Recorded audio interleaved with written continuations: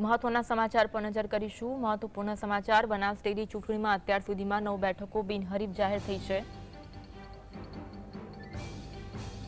વાવ, લાખણી અને દિયોદરની બેઠકો પણ બિનહરીફ જાહેર થઈ છે। કુલ 16 બેઠકમાંથી 9 બેઠક બિનહરીફ છે। હવે 7 બેઠકો પર જંગ બાકી છે।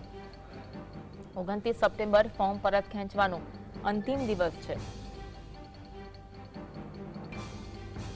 બનાસ ડેરી ચૂંટણીમાં હવે મતદાનની સંખ્યામાં ઘટાડો થયો છે। બનાસ ડેરી ચૂંટણીમાં અત્યાર સુધીમાં 9 બેઠકો બિનહરીફ જાહેર થઈ છે। 7 બેઠક પર ખરાખરીનો જંગ જોવા મળી રહ્યું છે। વાવ, લાખણી અને દિયોદરની બેઠકો પણ બિનહરીફ જાહેર થઈ છે। 29 સપ્ટેમ્બરે ફોર્મ પરત ખેંચવાનો અંતિમ દિવસ છે।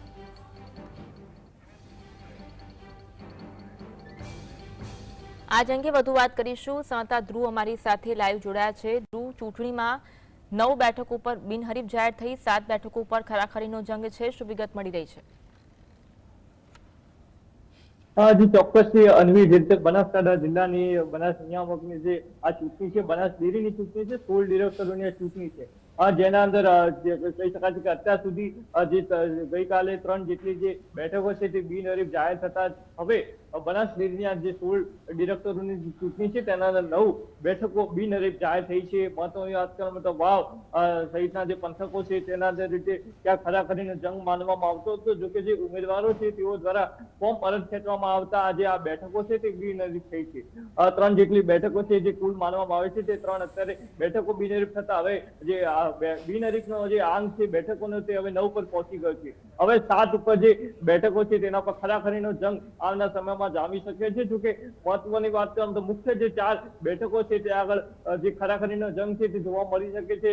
જેના અંદર પાલનપુર, વડગામ, દિયોદ, કહી શકાય કે દાંતીવાડા અને કાંકરેજ સહિતની જે 4 બેઠકો છે, મહત્વની બેઠકો છે, તે આગળ ખરાખરીનો જંગ જોવા મળી શકે છે। અન્ય જે કહી શકાય કે જે બેઠકો બાકી છે તેના અંદર ક્યાંક જે રીતે શંકરભાઈ ચૌધરીના સમર્થકો હોય છે તે લોકો ઉમેદવારી પત્ર ભર્યું છે ને તેઓ દ્વારા પણ ક્યાંક મનામણામાં પ્રયાસો થાય તો તે લોકો દ્વારા પણ ક્યાંક ફોર્મ પરત ખેંચવામાં આવી શકે છે।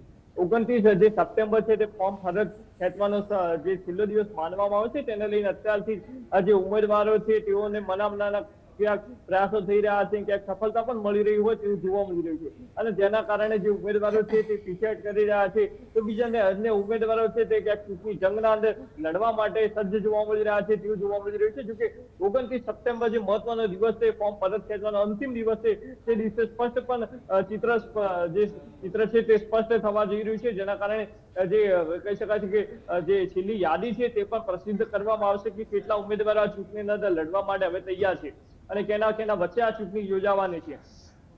હાલ તો જે રીતે બનાસ ડેરીની આ 16 ડિરેક્ટરોની જે ચૂંટણી છે તેના અંદર જે 9 જેટલી જે કુલ બેઠકો છે અત્યાર સુધી બિનહરીફ જાહેર થઈ છે અને જે 7 જેટલી બેઠકો છે તેના પર ખરાખરીનો જંગ આવનાર સમયમાં જામી શકે છે।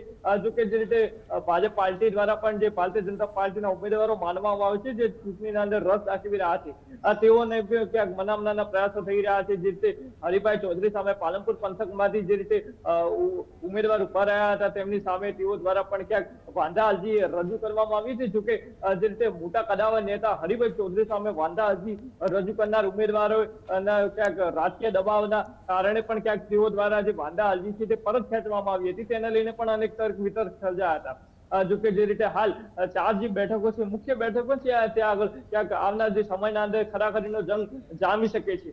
જોકે અત્યારે જે રીતે 16 ડિરેક્ટરોની આ ચૂંટણી છે તેના અંદર 9 બેઠકો બિનહરીફ જાહેર થઈ છે અને જે 7 જેટલી બેઠકો છે તેના પણ ક્યાંક રસાકસીનો જંગ જોવા મળી શકે છે। જોકે આવનાર સમયમાં વધુ જે ફોર્મો છે તે પરત ખેંચવામાં આવી શકે છે। જે રીતે મનામણાના ઉમેદવારોને પ્રયાસ પણ થઈ શકે છે। તેના કારણે અત્યારે તો જે રીતે 29 સપ્ટેમ્બર છે તેની સૌ કોઈ રાહ જોઈને બેઠા છે, કારણ કે એ દિવસે જે રીતે કેટલા ઉમેદવારો ચૂંટણી મેદાનમાં ટક્યા છે, કેટલા ઉમેદવારો પીછેહટ કરી છે તેને લઈને પણ ચિત્ર સ્પષ્ટ થશે।